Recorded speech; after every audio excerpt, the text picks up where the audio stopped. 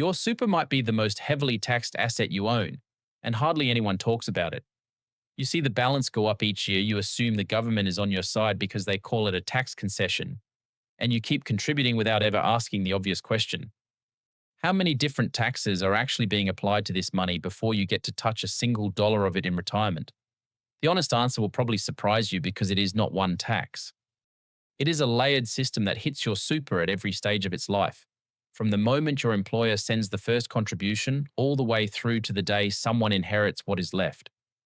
Let's walk through the full list in the order the taxes hit your account so you can see exactly where your money's going and what you can legally do about it. The first tax shows up the second money enters your fund. It is called the contributions tax, and it applies to every dollar of concessional contributions coming in. That includes your employer's 12% super guarantee, any salary sacrifice you have set up, and any personal contributions you claim as a tax deduction. The rate is 15% taken straight off the top by your super fund before the money is invested. So if your employer sends $1,000 into your account, $150 goes to the ATO immediately, and $850 gets invested on your behalf.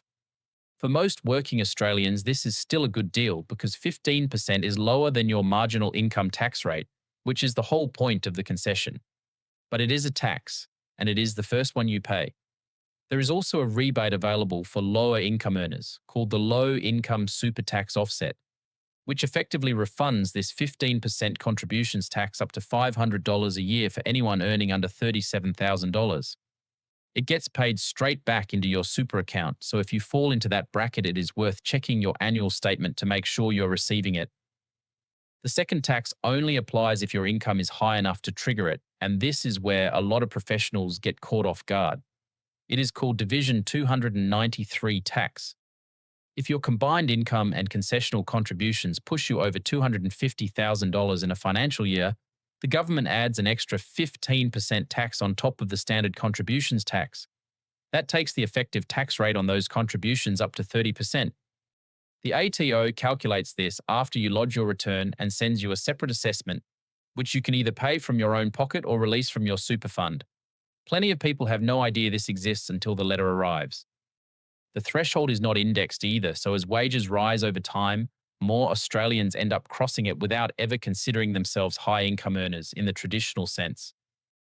The third tax targets contributions made from money you have already paid tax on, which are called non-concessional contributions. Normally these come in tax-free because you have already paid income tax on the money before contributing, but there are caps. From the 1st of July 2026, the non-concessional cap sits at $130,000 per year, with a bring-forward rule that lets you contribute up to $390,000 over 3 years if your total super balance allows it. Go over the cap and you either withdraw the excess with the associated earnings taxed at your marginal rate, or you leave it in and get slapped with a tax of up to 47%. That is one of the harshest penalty taxes in the entire system, and it usually comes down to a paperwork mistake or a misunderstanding about how the bring forward rule interacts with your total super balance at the start of the financial year. It is also worth remembering that the concessional cap has stepped up to $32,500 for the 2026 to 27 year, which gives most people a bit more room to move before non-concessional contributions even come into play. The fourth tax is one you pay every single year without realizing, because it comes out of your investment returns before they are credited to your account.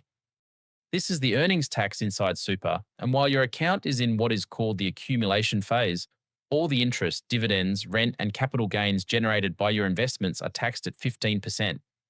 Capital gains on assets held longer than 12 months get a discount, bringing the effective rate down to around 10%. Compare that to holding the same investments outside super, where earnings are taxed at your full marginal rate, and you can see why super is still attractive. But it is another layer of tax that eats into your compounding year after year. Over a 30-year working life, that internal tax drag on returns can easily add up to hundreds of thousands of dollars, which is why the investment option you choose inside your fund matters just as much as the fund itself. The fifth tax is the newest one, and it is a big deal for anyone building a large balance. It is called Division 296. From the 1st of July 2026, it adds another 15% tax on the earnings tied to the part of your super balance above $3 million. which lifts the total rate on those earnings to 30%. There is a second tier as well. On the part of your balance above $10 million, another 25% is added, taking the rate to 40%. The final law dropped the original plan to tax gains you had not yet cashed in, so only realized earnings are counted. Both limits go up each year with inflation, which helps, but they are not tied to wages or market returns. So someone in their 30s today with strong long-term growth could still cross the 3 million line well before they retire. The sixth tax kicks in when you pull money out too early. If you take your super before preservation age, which is now 60 for everyone, and you do not meet a valid reason for early release, the money is taxed at your normal income tax rate plus extra penalties.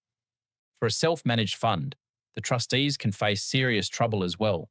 Even when early access is allowed for hardship or medical reasons, the payment is still taxed, usually between 17 and 22% once the Medicare levy is added. The seventh tax comes in around preservation age. Because preservation age and the tax-free age both sit at 60 now, the old gap between them is basically gone for most people. But the transition to retirement rules still create tax outcomes worth knowing about.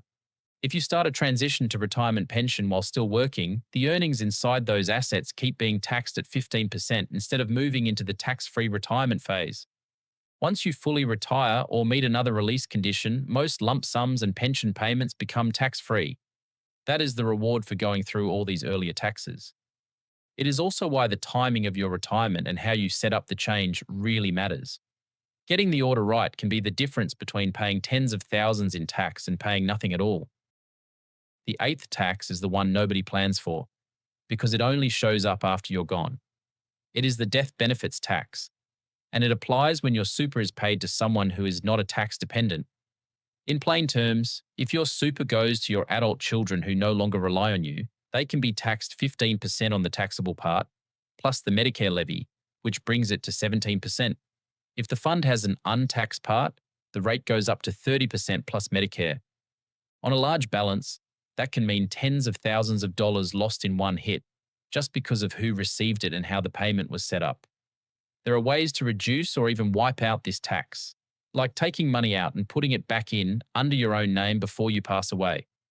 But these steps need to be done while you are still well and while the contribution caps still allow it. So that is the full list. The good news is that super is still one of the most tax-effective structures available in this country, and every one of these taxes has a legal workaround, or a threshold you can manage around if you understand the rules early enough. If this cleared things up for you, do me a favor and hit the like button, subscribe to the channel, and turn on notifications so you don't miss the next one. I'll see you there.